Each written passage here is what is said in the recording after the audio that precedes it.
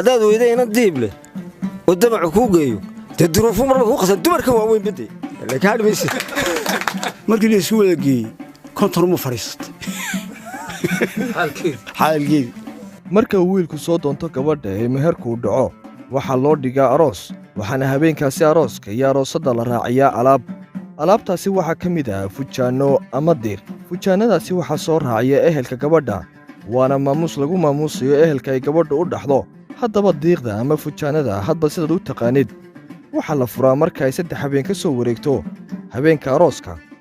sheekadan waxaynu ku eegaynaa sida loo furo diiqda xeedhada ama fujaannada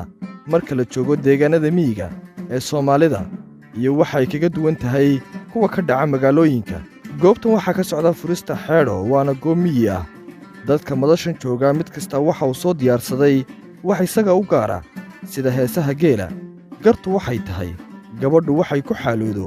gabayo heeso iyo wixii la mid ah inay waxay ku xaaloodaa wixii qalloocaan la yiraahdo ay ku xaaloodaa hadday aftahay ayaa ugu yar wixii loo sii dhaafana xaalkeeda kor uga sii socdaa markii la isu wada geeyey konton uma fadhiisatay xaalkeedii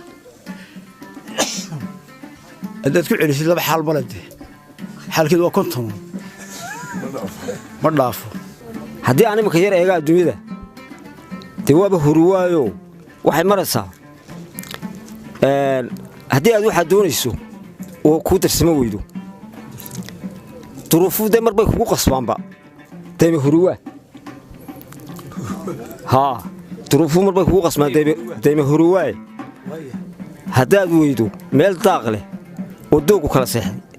duruufu mar bay kugu qasbaan kiisabowdaa haa haddaad weydo oday daacada oo kaa dabbera hawsha dee duruufu mar bay kugu qasbaan dumarba dhaamaanka baddee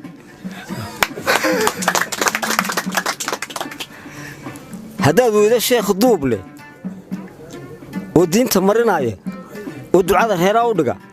oo dilaya mawliidka dee duruufu mar bay kugu qasbaan duurku qalinlaabadee haddaad weyda ina diib leh oo damacu kuu geeyo dee duruufo marba kuu qasan dumarka waaweyn badde laakiin hadhi maysid oo haddii aad diyaaradaha wada duula hidin weydo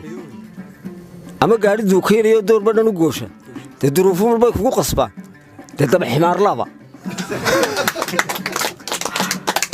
yaa waa doonni awrkiye haddaad ina darmaan weydo duruufo marbay kugu qasbaan dee rara dabeeraaba yeel waxaan soo joogay inuu naxfi badan yahay oo caana badan yahay oo cad badan yahay oo xilbaha lagu xilbaxa badan yahay oo hablaha lagu guursado oo yaradka laga bixiyo oo meeshuu jooga mahana meel kaleba aan lagu heshiin haddii ay dhiig tahay haddii ay dhaqan tahay haddii ay hablaha wanaagsan tahay taasaan uga soo jooga raggii hore garrami jiray waxay odhan jireen iga hadhan lug haya iga hadhan yaa lag haya iga hadhan buurcuna iga hadhan imanka lama yidhaa hawlani bahlu kaga soo haago ma laga qabsadaa nahay keenayeen aadaray na raggii kaaray gaal waday ee korka sare ku laala oo balkaynaana baa yimi idinkuna soo kadaaltuma kaasi waa kaa habuuhu dee way u soo mari jireen ragga qaarna waabayna diidi jireen allaa xabadoo la ridaa mooye allaa xabadoo la ridaa mooyde abay badi maayo xeegada ee baalxunxunkoo isagaga hoyo madadaaladaasi iyo murtidaasi kadib xeedhada ayaa la furaa halkaasna waa lagu cunaa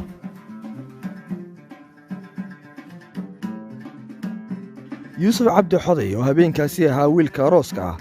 ee la cunayay xeedhadiisa ama diiqdiisa waxaan wax ka weyddiiyey waxa ay ku kala duwan yihiin fujaannada miyiga iyo kuwa magaalada maadaama uu isagu labadaba goobjoog u ahaa marka halkaa la iskugu yimaado qof baa fura qof kastaa furi maayo qofkii furi garanaya baa furanaya waa la isku qabanayaa qofka hadduu fur baa lagu daqiiqada loo qabanaya hadduu furi waayo faraha dhigad laga dhufanaya faraha ka qad loo oranaya marka qofkaas ma furaya fujaanada saasa marka lagu ku furmayaan saasa lagu ay ku magaranaysaa lagu ilaahay inta ugu calaf qaada ay ku cunayaan martida ay madadaaladana marka la wadaago qof walba wuxuu doonayay hibadiisa uu soo bandhigo aysaa ku dhamaanaysa magaalada timi magaalada markaan ka hadlayno de kullay magaalada dhaqan ka yimaado kullay xogaal been wadanahay sida horta xagga galbiska waa iskaga mid oo waa la galbiyaa inta la raaciya oo waa galbiska inta la raacinayo fujaanadaas way kamid yihiin habeen gaar ayadana loo balamo laakiin u dameesha ka maqan inuu kaga duwan tahay waxa weeye 3 daqiiqo 4 daqiiqo inta qof walba cunayo inuu fadhiyaa barta halkii ku duwan yahay halka ayadoo ay halka miyiga iyo dhaqanka miyigu ka yahay in murti iyo madadaal la soo bandhigo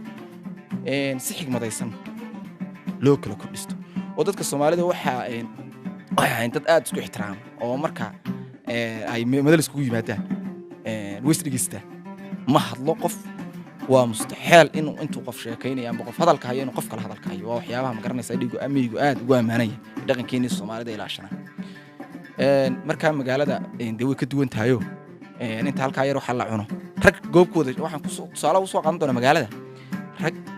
guuleedo adiga iyo sikriyo kale inta meel fadhiisanay maqaaxi inta fadhiisanay inaan shaah dalbanayo kaluun bay ka dhiganta oo ilaahay wuxuu inooga calfay laakiin miyigu taasi ka duwan tahay miyiguna waxa way dhaqankeena ma garanaysaa heer ka sareeya waxaan soo jeedin lahaa in dhaqankeena aad loo ilaaliyo marka waqti intee lag bay qaadataa horta waxa qaadanaysa inta barnaamijkaas ku soo gabagaboobayo oo qaadanaysa inta aroos ku qaadan mayso oo aroos waxa laga yaabaa in inta la bilaabo